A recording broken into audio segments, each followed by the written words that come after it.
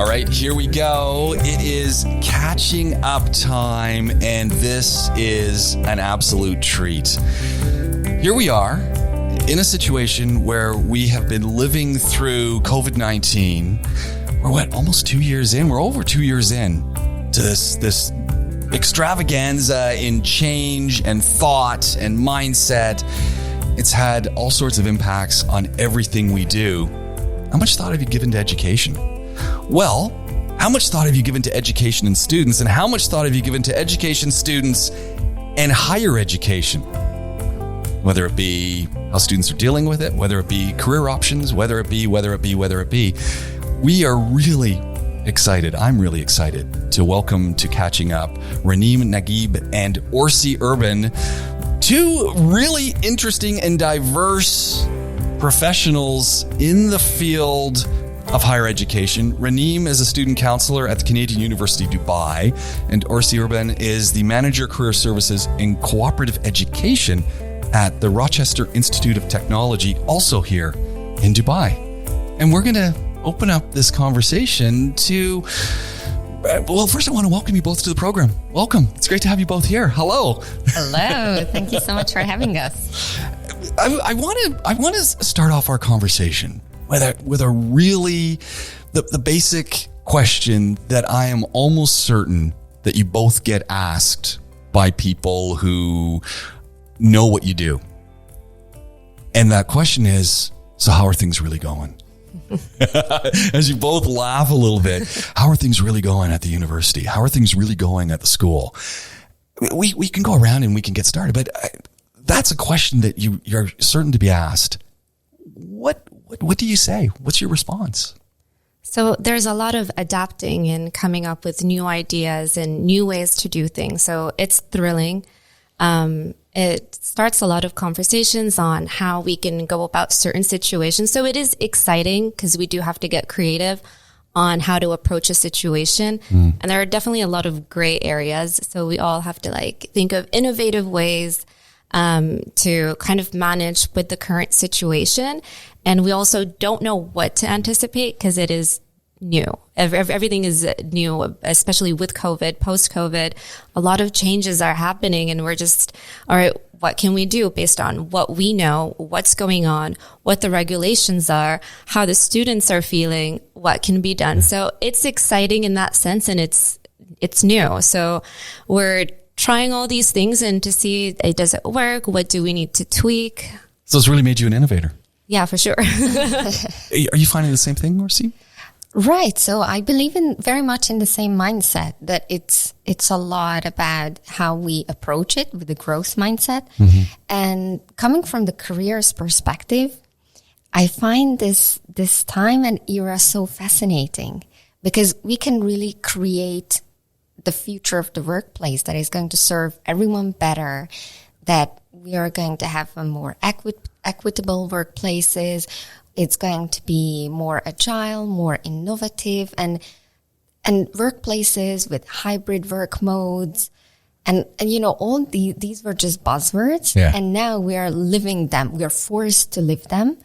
And I think there is just a tremendous opportunity here in front of us, and we are living it day by day. The one thing that I'm hearing from both of you, and we've just started this conversation, but the one thing I'm hearing from both of you is I'm not hearing pessimism. I'm not hearing skepticism. I'm hearing opportunity. I'm hearing excitement, and I'm hearing what I would love to think we're hearing in all academic institutions, post-secondary institutions, universities, is this whole mindset of opportunity that is unfolded in front of us. So I'm really excited about this conversation. To go off of what Orsi shared, for me, when we had to shift to online, a lot of my sessions or meetings ended up being virtual. So now, even though we're back on campus, if some students prefer, I will have my meetings on Zoom or on WebEx, because before that, I'm like, why didn't I do that anyway? So a lot of the things that we learned during the remote setting, I'm still using now. And when we did shift to online learning, professors provided recorded sessions of their lectures. And now students have found those so beneficial because you can go back, rewatch them, review. If you missed out on something or you need to hear it again to better grasp the information, the recorded sessions are there. So that's something that we still implement now that helps students learn better. So one of the things we're hearing is technology is now being used in a sense to its potential, because we had these tools, but we weren't using them. Orsi, before we turned on the microphones, you were talking about how technology in this whole environment that we've found ourselves in, and not that you're at the Rochester Institute of Technology, but the environment that we found ourselves in with COVID has required enormous change in our mindset, like at the snap of fingers, which we all know. We're all at educational institutions, and most educational institutions are pretty slow at changing. But COVID necessitated nimbleness, and Rochester Institute of Technology embraced this, especially as we start looking at the career services side and the future side, because that's where the real value of our students lies. And what do they do when they leave our institutions? You guys are doing something incredible that you wouldn't have thought of 5 years ago. Right, certainly. So when the whole wave hit, we came up with different internship options that our students could take because companies are shutting down. So how do you place 200 students? So all these options, it could be research, it can be entrepreneurship, technically a mini incubator, or it can be consulting.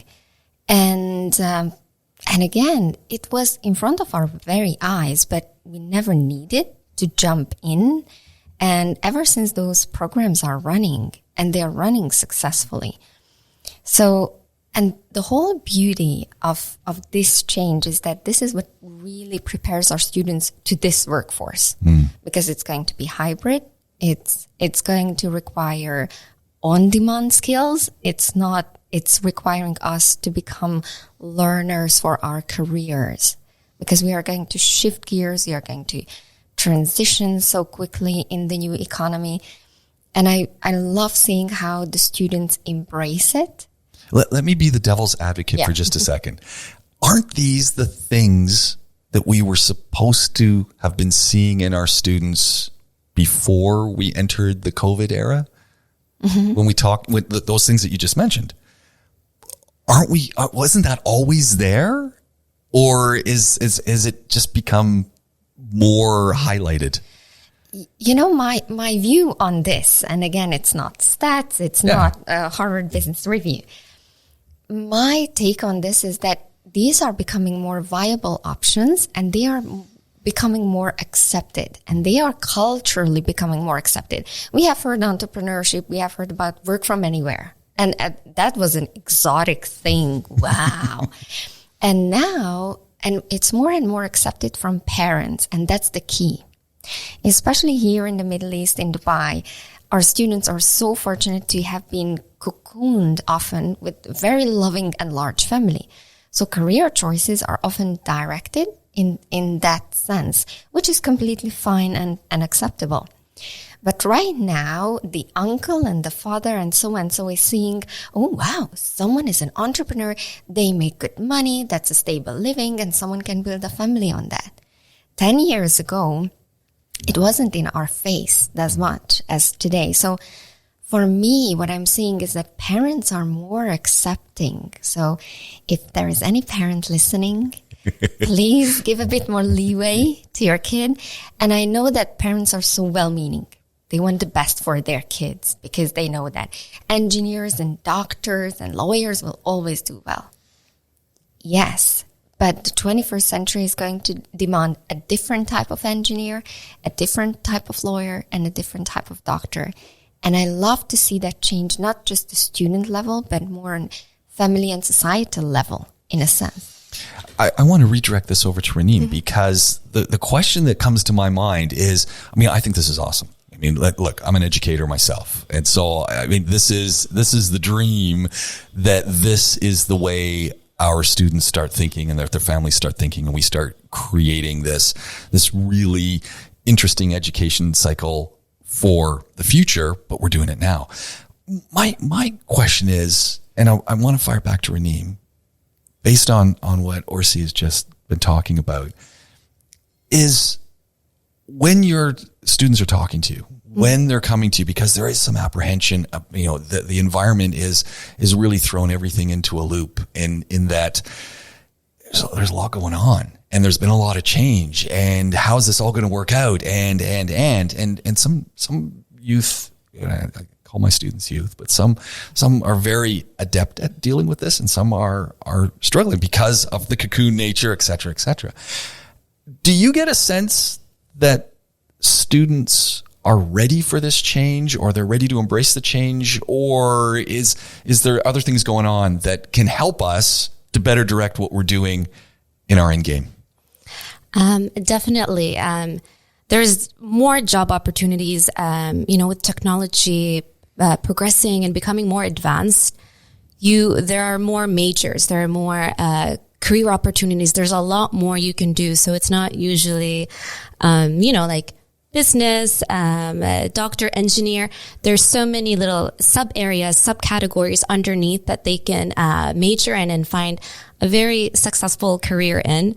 The youth, the younger generation, they're definitely more interested in studying something new, like let's say cybersecurity or artificial intelligence. And I think we do need to add all of that in and add opportunities, whether it's internships or careers or classes, because that is where our world is going. Is it stressing them out though, having so much opportunity? And so much, I mean, it's not like, oh, I'm going to go be an engineer and okay, I've got mechanical engineer, I've got electrical engineering, and and that's it. Structural engineering. Now it's suddenly, we've got a bouquet of 20 different subcategories of engineering. Are students, do you think they're feeling overwhelmed, stressed, or are they embracing it? They could be overwhelmed, just because they're going to have to start thinking outside of the box and, start having these conversations with their family members as to why they would want to study this. This is what they're passionate about. But it is exciting because a lot of them will have a specific interest, and then there are certain classes or concentrations or majors that they can take to be able to build on that. So it could be stressful in the sense of kind of getting their family on board or the person that's paying their tuition on board. Yeah. But I've noticed now, we're in 2021, most people are open to studying something different. As long as you have that conversation, and the student is passionate about it. If you're passionate about whatever it is that you're doing, you will do well. It's almost like we're seeing a tectonic shift. In 2 years ago, our universities were the same institutions that our parents went to. And now they're not the same institution anymore. No. And the economy is changing. So I love what Raneem mentioned, that passion. And there is actually a term, it's called the passion economy. Making money with something you like and you're good at. And I just love that concept of it's not a set track for life and then you retire and that's it. And we're teaching that. I mean, this to me becomes, this is that end of the rainbow where we're no longer, and it's almost like we've had a kind of a clean break. And I'd love to get your opinions on this, but a kind of a clean break where parents, and many of our students have parents who've been in a job and they've been in it for 25 years and they spent their whole life working for the same bank or the same engineering company or the same mall. And our students have been looking at that model and saying, well, okay, this is the model, but they've been hearing, well, you've got to be more nimble and you could have 4 or 5 jobs in your life and you got to do it. And we didn't have the switch. We never had that opportunity to sort of say, okay, now we can start thinking in the alternative way that we've been talking about, which is no longer the alternative. This break has come. Right. That's the reality. The reality is that you have to have a range of skill sets, and that is going to make you unique on the workforce. at the same time, we're talking about all positive, and that's true, but I don't want to, there are put some the challenges under the rug because all this flexibility and all the choice, all the freedom comes with responsibility. Yeah, it stresses me out at times. Yeah. And then, thinking, and also as someone who is like just graduating 22, 23, and naturally like these students or that generation has grown up with like Instagram likes and Zomato. And guess what? A career or the passion economy isn't going to work like Zomato. Like, is it with double cheese? Let's click and order in. So what I find challenging, and perhaps Raneem can share your thoughts as well, that patience, like these choices, it needs cultivation. Yes, maybe someone is going to start off with a corporate career with a passion on the side for AI or security or something, and then they're going to build it over time. And this is what I'm seeing as a challenge in terms of career services, that it really needs certain amount of time and learning and failing and learning and developing.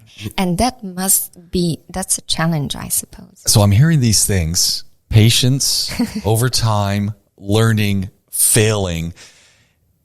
And I'm looking over at Nadeem because I'm going, I could be totally wrong, but these are not the things when I think of students today. And I'm thinking of my own son who's graduating, and those words, when you put them on him and he says, what am I going to do with my career? He can't fail. He's thinking to himself, I can't fail. I don't have time. And as a parent and as an educator, I'm saying, no, you've got lots of time. No, I don't have time. And are you finding that there's sort of underneath the surface of all this opportunity, there's a little bit of stress with students? Yeah, there's stress, but this is the time for it. That's when you're figuring yourself out, what you want to do. You're going to try something. It's not going to work out. You're figuring out what your skills, your strengths are.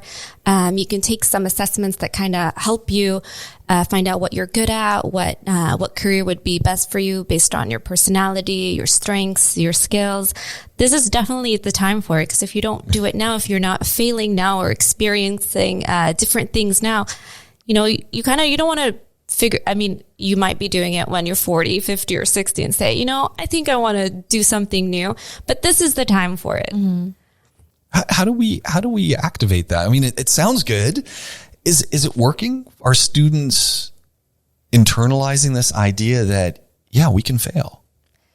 I suppose it's a lot about choosing role models. So for example, when at RIT, we have an initiative, it's called Career Tuesdays. So we would invite alumni and we would invite students. And we are very conscious of not just putting forward, this is the perfect student with the perfect track record, with the perfect company, and he has always known what he wanted to do. He is going to be the CEO, and then he's going to retire. This is the old story. Then this is good, but that's one option. In the past, that was the only option, and today that's one option. And we are very conscious of showcasing through these discussions that, so-and-so did first internship here, second internship there. Guess what? He didn't like neither. Completely fine, because then we start eliminating. Well, and that's kind of the thing that I love that aspect of internships, and I'm so glad that internships have really become the norm now. But I meet so many students who somehow have in their mind that I'm going to go to this internship. This internship is going to lead to a job. This is where I want to go. This is what I want to do. And then when I meet those students who then start stressing a little bit, and if they'll talk about it, which sometimes is, I don't want to admit maybe I failed at what I wanted to do, but they do need to do that. But ultimately they might go to that internship. And then for me, a total successful internship could also be one where someone realizes this is absolutely not what I want to do.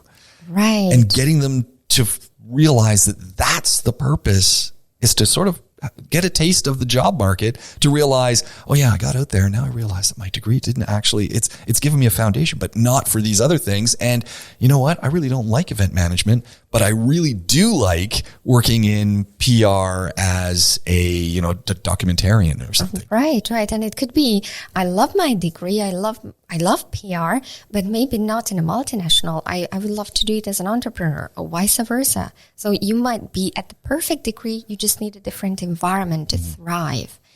And I suppose it's a lot about role models, these conversations, these podcasts, where we just normalize trying. And I can encourage anyone who is listening, just try. Try. Because if you don't try, you'll stick to the same things. How do we get our students to communicate what they're feeling, what they're thinking?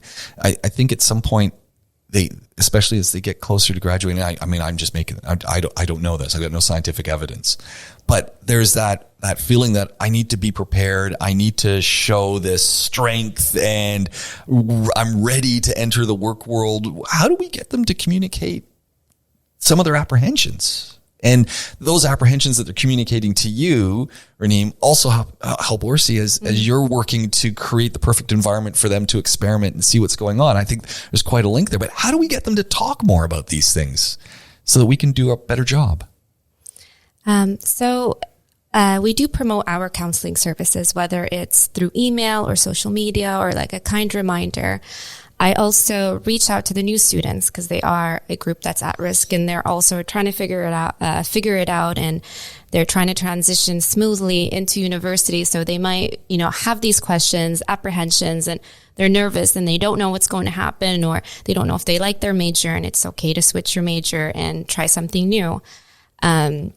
We have also student clubs like the Wellness Club, the Psychology Club. So they also help us promote mental well-being and mental health, because sometimes, when the adults are talking about it, the students may not be as receptive as if they would hear it from another student that may seem more relatable. So these clubs are like active to promote mental health. I actually noticed post-COVID, I had a lot of students reaching out to me or emailing for an appointment. And I was like, this is a little suspicious. What's going on? I was like, there wasn't an email sent. I wasn't on social media. So how are they finding me? So it was through word of mouth. But I also noticed that students are still stressed. So even though COVID-19 isn't as big as a threat as it was a year ago or a couple months ago, the impacts are still there. They're still lingering. So students are still dealing with the after effects.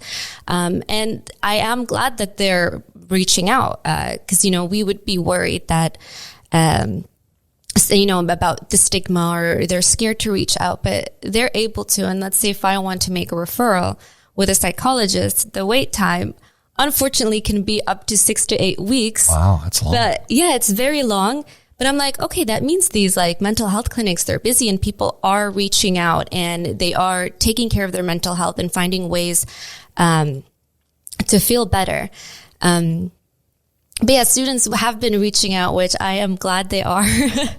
So you find they're talking more. Yes. Again, the stigma of asking for some help, to ask some questions, to sort things through. Yes. It's been removed. Yeah, I've noticed with the younger generation, Gen Z, they're more open about talking about these things, which is wonderful. I know sometimes like the older generation is like, whoa, they're oversharing. We like to keep these things private. Our personal stuff, don't let it like get out there. But now they're more open to speaking about it and they're supporting each other and they're feeling like, hey, I'm not alone. We all feel this way. We're like, we're in this boat together.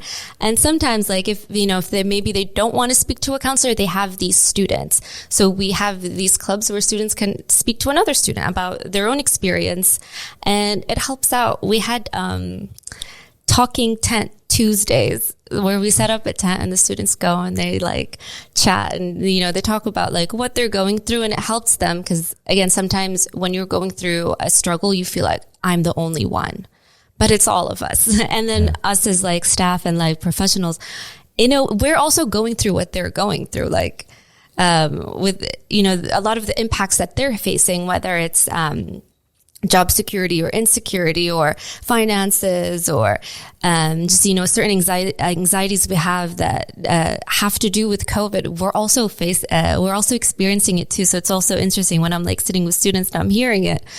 Sometimes I want to be like, yeah, me too, but I don't think.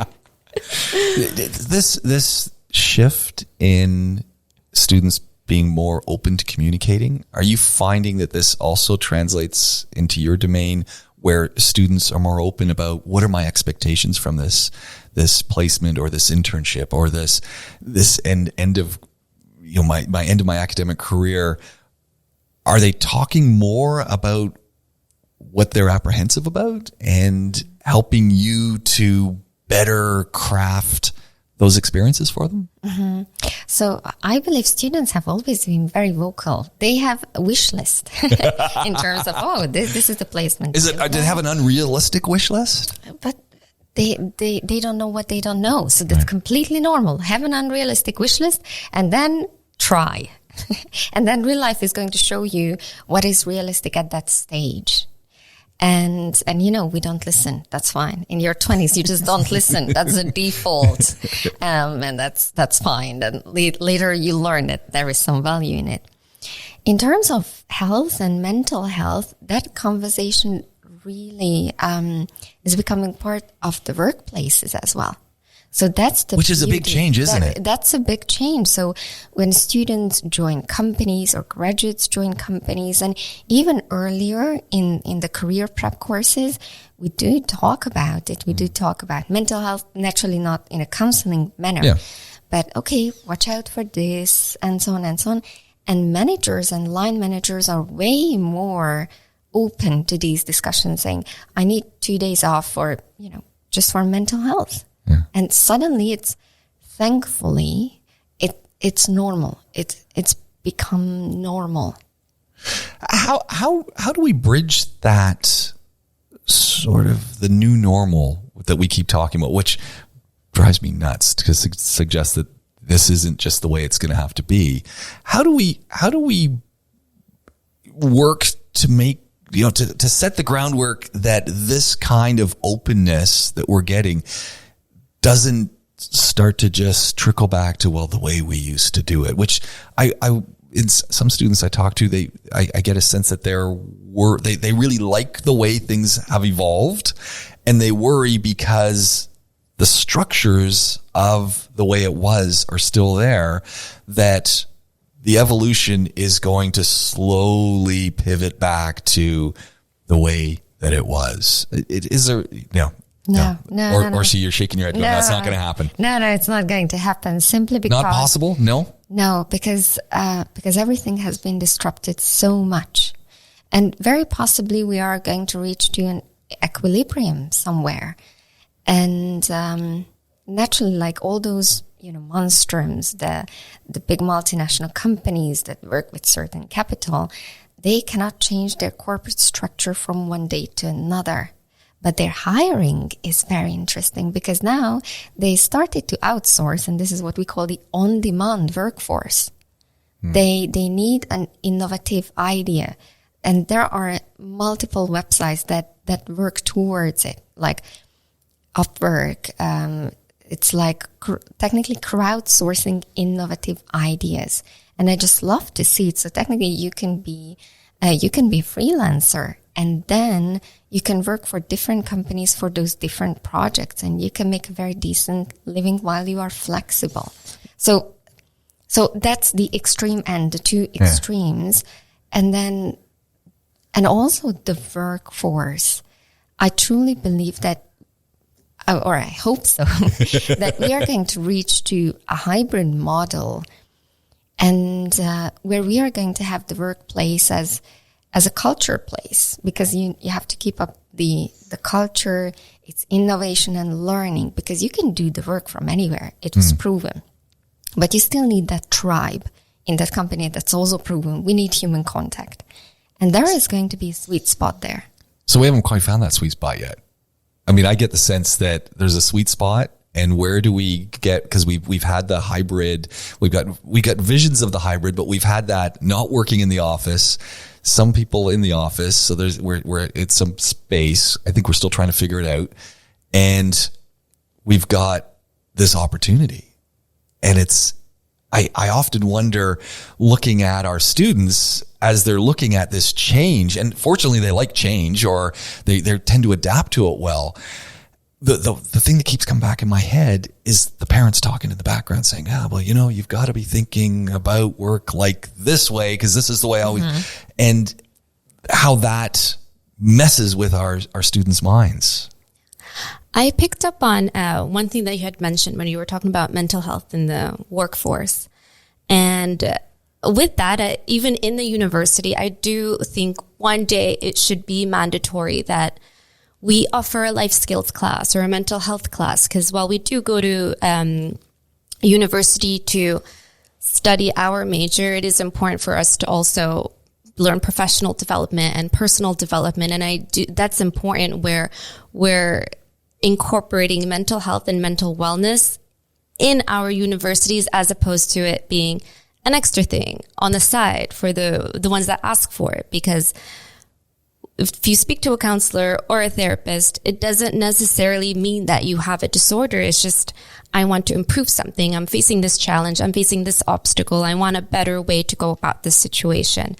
So hopefully that can happen in the near future. Because when you are in a university, you can't be defined by your GPA only. You learn a lot of skills, how to reach deadlines, problem resolution, how to, go about a situation you don't like, but you have to do it anyway, how to commit to something for 4 years or 5 years or however long. Then the other thing I wanted to add on to is switching to a hybrid model. I know I do offer the virtual sessions, but me as a student counselor, or I do prefer face-to-face, just because when a student comes in, they can look around the office. Oh, what's this? What's that? And it's a good way to break the ice. I remember when I was at home and I was doing the counseling sessions, I had to it was a little bit awkward. Some students didn't have, they were at home, so they didn't have their privacy. So it was kind of they had to go outside or they had to go somewhere. So when I had my physical space, I found it so beneficial for me. I know now there's telecounseling, where people are offering remote counseling. I liked it, but I wasn't too much of a fan of it. So I think it also depends on different careers. I'm because I was not a tech savvy person. So when we shifted to online, I had to force myself to be more tech savvy and figure out how to work all this stuff. So I'm glad, because I definitely was able to improve my practices. But I'm glad you brought that up, because I think a lot of careers can be remote. And so can mine, but I feel like I may struggle with it because I like the face-to-face sessions. Or if I'm on campus, a student can just walk past, and if I'm free, they can just drop in, as opposed to hey, I need to set up an appointment, because they get really nervous. When I get emails from students hey, I'm sorry to bother you, but I want to set up an appointment. I'm it's never a bother. This is my job. I'm so happy you're reaching out. This whole idea of the hybrid nature of things and how it increases that communication process. I want to flip it a little bit and look at this. I want to go back to the internship idea, or the finishing off our degrees. And because we've now got this technological, we accept the technology that allows us not necessarily to always be in situation.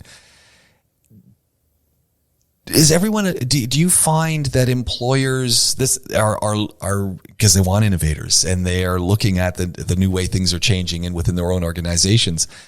Is this something that they're really pushing and promoting, being able to work from another location and maybe only come into the office once a week or never? And the follow-up to that question is, does this open up a great opportunity where suddenly, when we're looking at our students, and this could maybe stress them out a little bit, but we're looking at our students. 2 years ago, if I'm doing an internship, probably, unless it's some international aspect to it, I'm doing it here. Mm-hmm. Whereas now, I could be doing my internship in Buffalo, New York, really, and be here if I can wangle the time, or what we're doing. I mean, there's no borders anymore. Right. And there are so many questions. Yeah, there's a lot there. So I'm going to sit back and it's all you, Orsi. So what we have seen, so at RIT, for example, we placed students in IBM in the US headquarters. And then but they're here. They worked remotely over the summer. And these are all, again, iteration, and we are seeing what works, what doesn't work. And what were the challenges for those students? So naturally the time difference, right? Because it's so the students started to work like 6 p.m.-ish here, Dubai time. And at the same time, in terms of learning curve, in terms of development, we have seen a very good growth, a very good outcome. And I'm not saying naturally it would be healthier if there is some part of face-to-face and hybrid. So that would be the ideal mix. But we wouldn't have done it 3 years back. No. And it's just mind-blowing that, like at the R&D team in IBM, I was like, as an undergrad from Dubai. That is... it looks nice on a CV. That's pretty amazing. And, all the companies that you can join or have a sneak peek. What was the other question? Well, let's stay there for a second, because are you finding those students who are put into that situation? Because even working for IBM and R&D, I mean, I've dealt with IBM before, and as much as they're innovative and exciting, they're very rigid. And I wonder... Again, I'm really, the thing that keeps coming back to my mind is, how are our students adapting to this thought process, and how are they juggling it, and how are they dealing with the stressors? And in one breath, as you said, it's great that they can do it. And the next breath, there's a whole bunch of pressure now on me, because I'm not just in a regional office. Mm-hmm. I'm at Big Blue, and I'm at HQ, and I've got to perform. And I can't walk by the desk and say, okay, I just got a little question about this. That requires making an appointment. I'm just curious how that process is, what's being learned on both sides from you guys at RIT, what the students are saying, and how this is really helping to mold the experience. Right. So certainly you picked up on a very good point, because students did find it intimidating. Okay, there is a team meeting and I'm the most ever junior and I don't understand the majority of whatever they are saying. And then that's the learning curve. You have to do your research. You have to learn all the acronyms or whatever those people are saying. At the same time, what I always find, even if it's a work relationship or internships, it's always a two-way street. So if a student is proactive and saying, great, I'm getting tasks through this software, or this is what we're working on, but I need some extra help, this is when it's going to be successful. Right. So that proactive and growth mindset, instead of sitting back saying, I feel so sorry for myself because I'm here and there are so many hours away and I cannot see them, then it's just embracing it. And there is no problem if someone wants that hand-holding face-to-face in the same office. But I suppose the choices should be way more conscious. And again, figure out, it's only 3 months.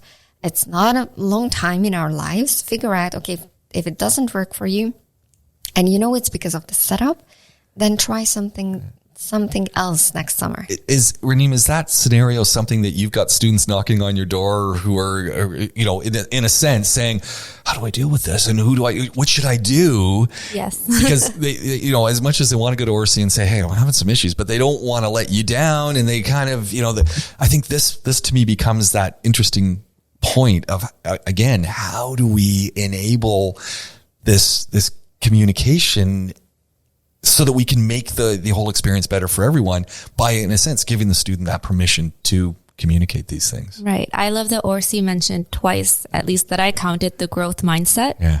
Because that has us try and adapt. Because the only thing we can guarantee in life is change. And we have no choice but to adapt and learn and adjust our ways, because it's going to happen. If we have a fixed mindset, we're not going to be accepting of anything that comes our way. So we're going to have to try something, fail, ask questions, learn how to move forward, what to do differently the next time. If this didn't go well, okay, what can we do now? What lesson did we learn? What is the silver lining? How can we change our upcoming behavior so that we kind of avoid this and start improving, maybe getting a good internship, or no, not a good, like a better internship, or a better fit for you, or certain things that we have to change within ourselves or in our environment, if we're able to, just so that we're also adapting and moving forward, and we're not going to say, well, things are changing, I can't keep up. We have to keep up. Or else, if we stay in our comfort zone, nothing changes. We just kind of fall behind. I think that's an interesting, before we move on from that, but that's an interesting term that you used, a good internship. And I know you crinkled your face a little bit, Raneem, kind of did that thing but I hear this all the time as well. And managing expectations and getting students to understand that what a good internship depends on so many things. Orsi, how do you deal with that? And I have just rolled my eyes. Yeah, you rolled your eyes like a good internship. I was like, what a subjective term, because what is good to me might be not, someone else might not find it. Right. And there is, again, I would circle back to the time element, because that might be an experience. And 3 years down the line, someone looks back at it and they're going to say, that was a good internship because I learned, I love working in an entrepreneurial environment, in a small team where I can wear multiple hats. Or it was a good internship because I figured I don't like to have a micromanaging manager. They might not use these words, right, but that's a good, for me, what I would suggest is, after 7 years in career services, I would say that a good internship is somewhere you learn.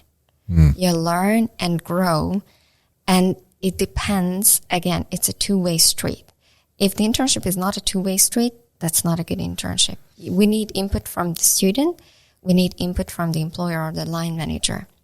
And as long as there is a back and forth open communication, let it be mental health, work challenges, or clicking right or left, as long as it's there and there is a learning, thriving environment, it's a good internship, regardless of pay and regardless of shining office, or because we're learning, as Raneem mentioned, these are life skills. Yeah.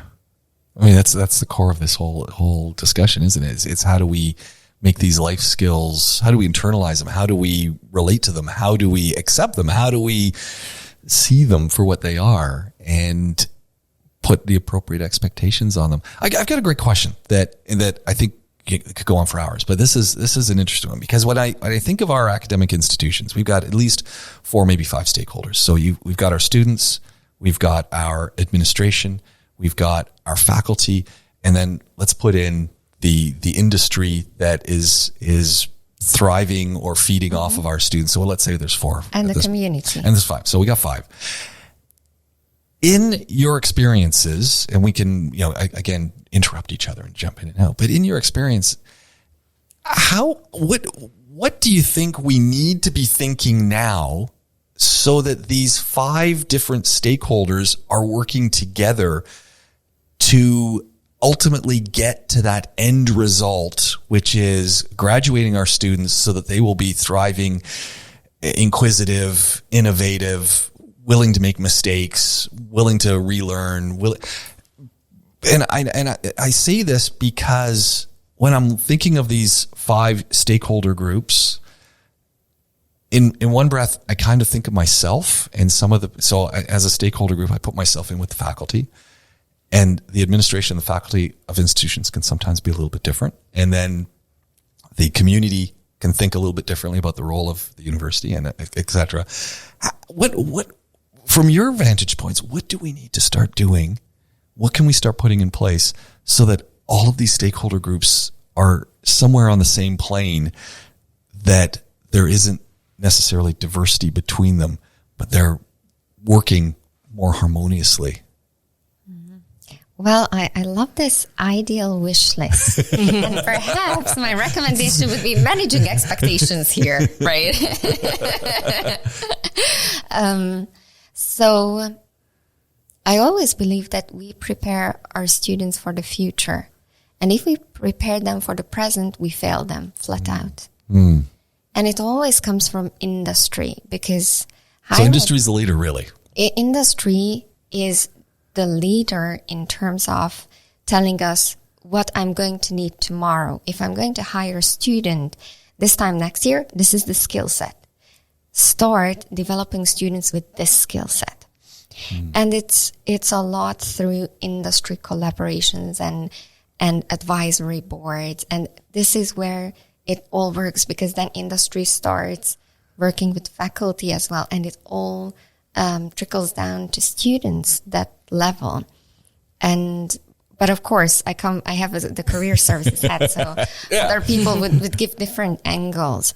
Well, what would the sort of the other side of career services, what would that hat, if you take off one hat, put on the other hat, what might someone who's more career service, aligned, what might their thought be? Oh, this was the career services aligned, absolutely. Industry, because at the end of the day, we prepare, or not necessarily a company, but the skill set that the students would need this time next year. How do we get even just the institution to buy into that? And when I say that, I said, sure, there's the administration side, there's the faculty side. How do we get all of them thinking? I mean, we talk it, but do we believe it? How do we get that to happen? I work in an engineering and technology university. So for us, there is no choice. Like, if a company tells you this is we have computing security students, we teach AI to technically all majors, regardless, and the skill set just needs to be there. It's non-negotiable. It's non-negotiable, and that's the beauty. Like, no one questions it. So then let me flip it just slightly different. Because RIT is a very specific institution that if we're not keeping up with AI and we're not keeping up with AR and online security issues, then your students will never be marketable and you might as well close up your doors. But there are other institutions globally that might be more, let's put them under the term a more liberal arts oriented organization. What kind of lessons could they take from you guys? And I'm not saying that they've got something to fire at CUD or ZU where I am, etc. But I'm just thinking, what are some of those lessons that we might be able to apply? What I would suggest, again, career services hats on, is teaching life skills, but in terms of showing different career options and teaching more finance basics, because you never know where you're going to end up with the liberal arts degree. And by the way, those people are so successful in consulting because they don't have a preset thinking in terms of, this is how a consulting project should go. They are very, very successful. So, but they also need to couple that very liberal or flexible mindset with some type of grounding in terms of, this is how life works. These are the different taxation systems. So that you would normally learn through other majors. Yeah. So this is, I think, again, just circling back, there is a range of skill set that is going to make us successful in the 21st century. Have that beautiful design mindset and hire someone who is going to manage the business for you. So being able to ask the right questions. So after you asked that question, in my head, I was like, okay, we find a middle ground between all these stakeholders. And then where's the answer? And I'm like, oh my, her answer is practical. I'm like going with this wish list. I'm like, okay, so we find a meeting ground with everybody. What do they need? Where are they at? And find something that brings everybody together. But I understand that would be difficult, where each stakeholder would kind of educate the other ones on what they need or where they're at.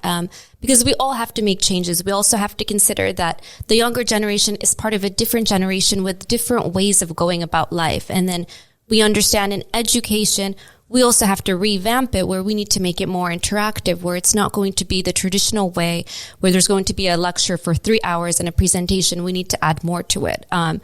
And then you had mentioned how internships are also changing, where we're changing the skills that students need to be successful in the future. So everybody is involved. So finding that meeting ground, so not one stakeholder is making this huge shift, where we find a middle ground. I do think your way is more practical, but it may face some resistance from other stakeholders that are not there yet. They're like, wait, what? This is new to me. Right. And here, my challenge is always that we don't know what we don't know. We don't, and this is what I often tell students. I love that saying, we don't know what we don't know. And it's just so humbling. And also when I give career advice, I'm like, listen, I'm telling you this advice, take it or leave it. And being inside, super humble that, okay, this is based on my experience right here, right now, but I don't know what I don't know. And for students, it's so hard to grasp this concept because I know everything. I'm about to graduate. What are you saying to me? Yeah. So that brings some humbleness and also in terms of navigating the new normal or the beautiful future or whatever we call it.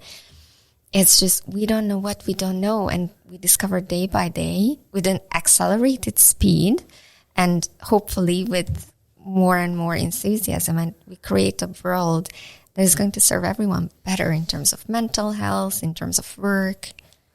There's a lot of people, and I'd like to say I could put you both into this box. I hate boxes, but let's use the box as sort of a way to visualize this, who 5 years ago couldn't imagine that we're in this place now where we are, looking at how our organizations were developing and how we were teaching and how we're working with students. COVID comes, instant change is needed. And from this conversation, that change isn't going away. In fact, this change is, in a sense, opened up the floodgate to changing things and working in a different way.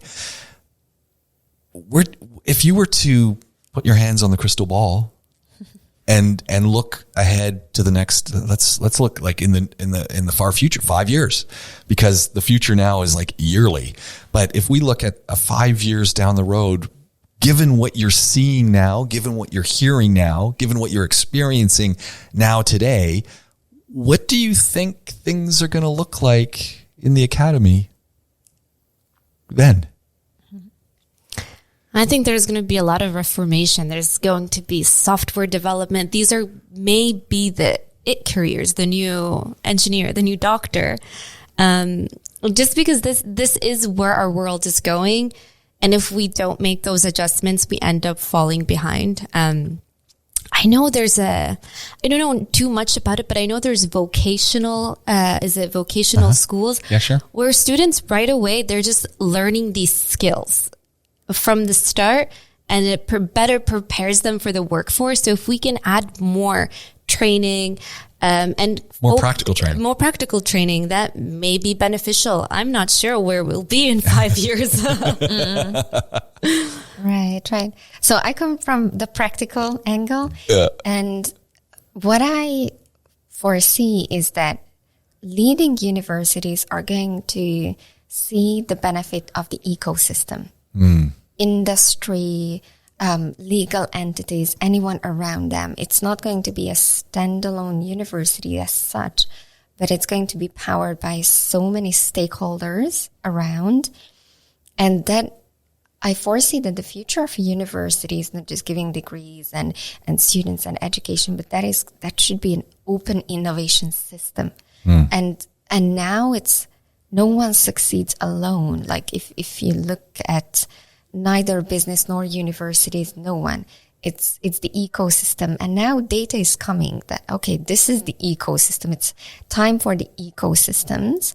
And I'm so excited to see that. I like that a lot. That's, you're integrating the university into everything else, where it's not just, this is a degree. I like that a lot. I'm looking forward to it. Kind of pulling down the walls a little bit. Oh yes, 100%. Academia had that. Those walls, we know better, and we are in that high tower, and from afar we tell you the truth.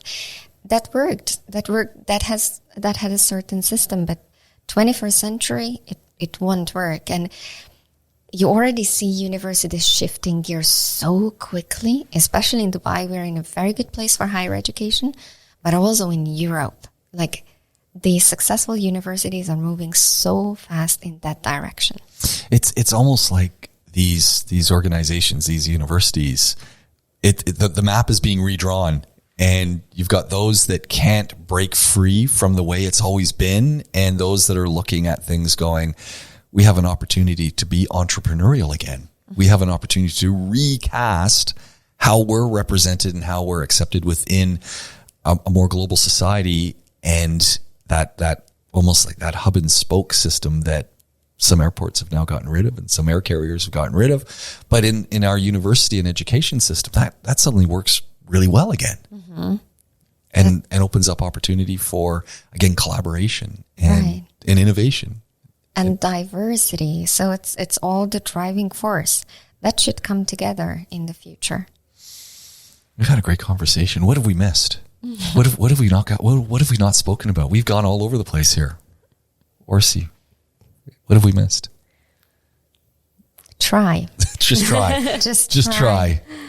Try, and that's it. And just remember, we don't know what we don't know. I think when what you're saying, I don't know if you ever watch any Gary Vaynerchuk videos, Gary V. If you've never watched any Gary V, you need to watch some Gary V. Emigrated to the U.S. from the Soviet Union, Polish family background, didn't speak English when he moved to the U.S. He was young, multimillionaire running Vayner Media, wants to buy the New York Jets. And his message to youth is exactly what you're saying. And to those graduates, keep trying. Yeah. Don't let people tell you can't do it because they don't know you. And if you fail, you're young. Try again. And that's his message over and over and over again. That's exactly what you're saying. Right. Plus one addition. Yeah. Keep your feet on the ground. Keep your feet on the ground, because we are all responsible for our ecosystems, for our families. So when it's time for us to contribute and to earn money, even if that's not the perfect or the good internship or the good job, whatever that might be. Yeah. So I suppose there is a learning, but that's the healthy learning. So follow your heart and keep, bring the head with you. I agree.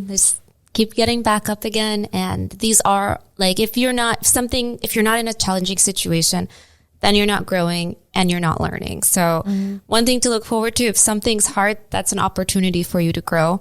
And this was a wonderful conversation. Great topics. I learned a lot. I enjoyed this a lot. Ladies, I want to thank you. I want to thank you both for doing this. This was a lot of fun, and I hope that we can sort of maybe do a checkup every now and then. Drop in and wonderful have a chat, and maybe we just all show up at RIT and we sit around a table and we do that, and maybe go over to CUD and do the same thing. And yes, you're welcome. Always. Fun.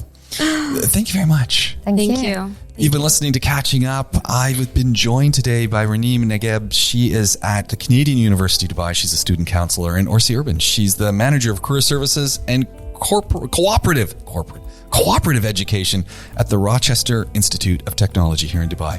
Thank you very much for listening. So long for now.